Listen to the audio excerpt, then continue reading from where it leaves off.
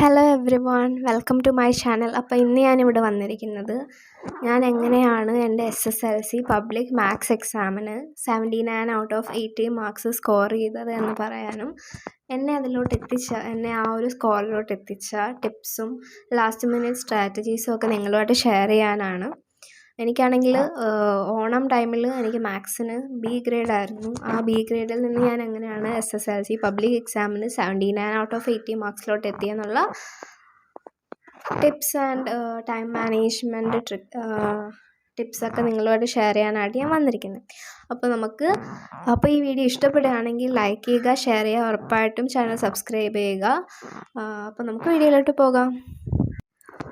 അപ്പോൾ ഫസ്റ്റിലെ തന്നെ നിങ്ങൾക്ക് എല്ലാവർക്കും അറിയാവുന്ന പോലെ തന്നെ 80 മാർക്സിനാണ് മാത്സ് എക്സാം. എനിക്ക് 79 മാർക്സാണ് ഉണ്ടായിരുന്നത്. ഞാൻ ഓൾറെഡി പേപ്പറിൻ്റെ ഡീറ്റെയിൽഡ് വീഡിയോ ചാനലിൽ അപ്ലോഡ് ചെയ്തിട്ടുണ്ട്. ഇതാണ് മാത്സിൻ്റെ സ്കോർ. അപ്പോൾ മാത്സ് ഞാൻ മെയിനായിട്ടും എനിക്ക് ഭയങ്കര പാടായിട്ടുള്ളൊരു സബ്ജക്റ്റായിരുന്നു മാത്സ്. എനിക്ക് മാർക്ക് ഇത്രയും കൂടുതൽ കിട്ടിയത് 10th മാത്സിന് ഇത്രയും കാലത്തിനോടൊക്കെ. അപ്പോൾ എനിക്ക് ഈ മാർക്കിലോട്ട് എത്താനുള്ള കാരണം എന്ന് പറയുമ്പം ഞാൻ ഒരുപാട് പ്രീവിയസ് ഇയർ ക്വസ്റ്റ്യൻസ് വർക്കൗട്ട് ചെയ്തിരുന്നു. എനിക്കൊരു ഗൈഡ് ഉണ്ടായിരുന്നു, ഒരു എക്സാമിനറിൻ്റെ ഒരു ഗൈഡ് ഉണ്ടായിരുന്നു. പക്ഷേ ഓൾ പ്രീവിയസ് ഇയർ ക്വസ്റ്റ്യൻസ് എന്നും പറഞ്ഞ് ഒരു ഗൈഡ് ഉണ്ടായിരുന്നു. ആ ഗൈഡിൽ ഇങ്ങനെ ചാപ്റ്റർ വൈസ് ആയിട്ടുള്ള ഓരോ ചാപ്റ്ററിൻ്റെ ഇങ്ങനെ ഒരുപാട് പ്രീവിയസ് ഇയർ ക്വസ്റ്റ്യൻസും അതിൻ്റെ ആൻസേഴ്സും ഉണ്ടായത്. അപ്പോൾ ഞാൻ ആ ഗൈഡാണ് യൂസ് ചെയ്തത് മാത്സിന്. ആൻഡ് യൂട്യൂബ് ചാനൽസ് കണ്ടതെന്ന് വെച്ചാൽ ഞാൻ മെയിനായിട്ടും കണ്ടത് സൈലമാണ്. മാത്സ് ഞാൻ മെയിനായിട്ടും സൈലത്തിൻ്റെ യൂട്യൂബ് ക്ലാസ്സസ് ആണ് കണ്ടിരുന്നത്. അപ്പോൾ മാത്സ് ഇത്രയും സ്കോർ ചെയ്യാനുള്ള ഒരേ ഒരു കാരണം എന്ന് പറഞ്ഞത് ഈ ഇത്രയും പ്രീവിയസ് ഇയർ ക്വസ്റ്റ്യൻസ് വർക്കൗട്ട് ചെയ്തതാണ്. ഒരുപാട് പ്രീവിയസ് ഇയർ ക്വസ്റ്റ്യൻസ് ഞാൻ വർക്കൗട്ട് ചെയ്തതാണ്. ഒരു ചാപ്റ്റർ കണ്ട് തന്നെ ഒരു പ്രാവശ്യമല്ല 3-4 പ്രാവശ്യം പിന്നെയും വർക്കൗട്ട് ചെയ്താണ് ഞാൻ പഠിച്ചത്. മാത്സ് എനിക്ക് ഒരു വീക്ക് സബ്ജക്റ്റ് ആയതുകൊണ്ട് ഞാൻ കൂടുതൽ അതിനാണ് ശ്രദ്ധ കൊടുത്തത്. മാത്സിനാണ് കൂടുതൽ ഞാൻ ശ്രദ്ധ കൊടുത്തത്. അപ്പോൾ അങ്ങനെയാണ് ഞാൻ മാത്സ് പഠിച്ചത്.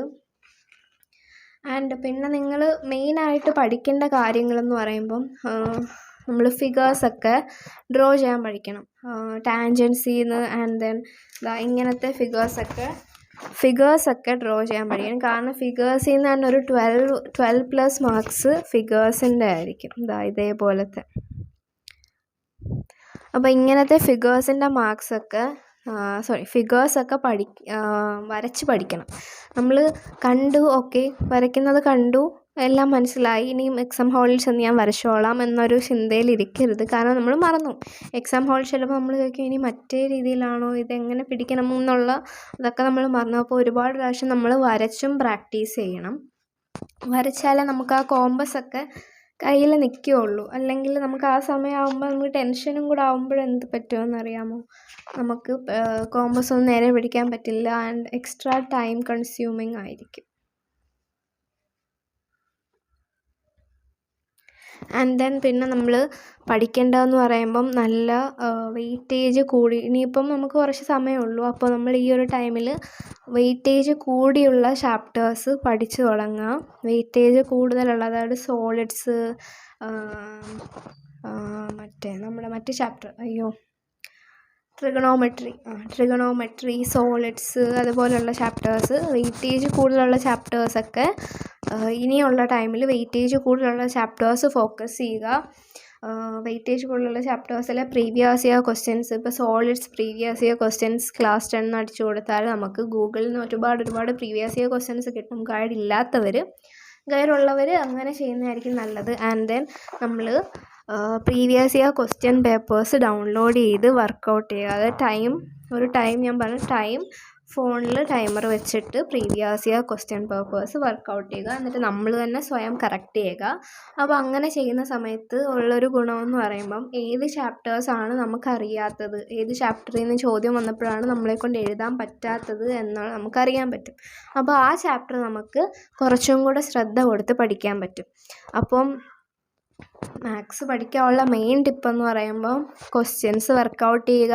ഇനിയിപ്പം നമുക്ക് മാത്സിൻ്റെ ടെക്സ്റ്റ് വായിക്കാനൊന്നും ടൈമില്ല, അപ്പം യൂട്യൂബ് ക്ലാസ്സസ് കാണുക. മാരത്തോൺ ലാബ്സ് ഉണ്ട് ഇനിയിപ്പം. അങ്ങനത്തെ യൂട്യൂബ് ക്ലാസ്സസൊക്കെ കണ്ട് കൺസെപ്റ്റ് എല്ലാം ക്ലിയർ ആക്കുക, ക്വസ്റ്റ്യൻസ് ഇഷ്ടംപോലെ ചെയ്യുക. ആൻഡ്